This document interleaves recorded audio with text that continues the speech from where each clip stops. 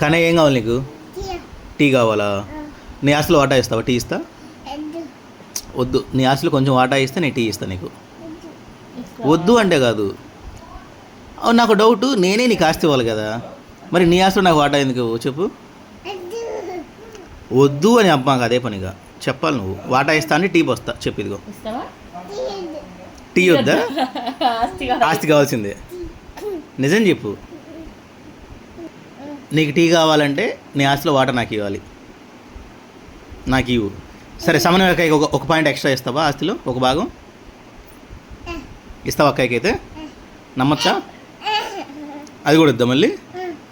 సరే, ఖమ్మంలో ఇల్లు నీకు కావాలా అక్కయ్యకి కావాలా? దర్శిలో ఇల్లు